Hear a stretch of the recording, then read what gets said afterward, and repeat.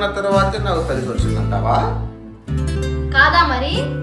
ఈరోజు 80,000 సంపాదిస్తున్నారంటే కష్టపడి పైకి వచ్చాను. కాఫీ చేయడానికి కాదు, వెళ్ళి కాఫీ పట్రా. ఆ, ఈరోజు వంట చేయలేనండి.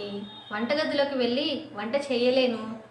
బయట నుంచి భోజనం చేస్తే కలిసి తిందామంటావు అంతేనా? కలిసి తింటే నాకు ఆయాసం, నీకు నీరసం. కాబట్టి నేను బయటికి వెళ్ళి తినేసి వస్తా. పస్తులుంటే నీ ఆరోగ్యానికి మంచిది వసు. బై ద వై, ఈ నెల శాలరీ నా అకౌంట్కి వేసేయి.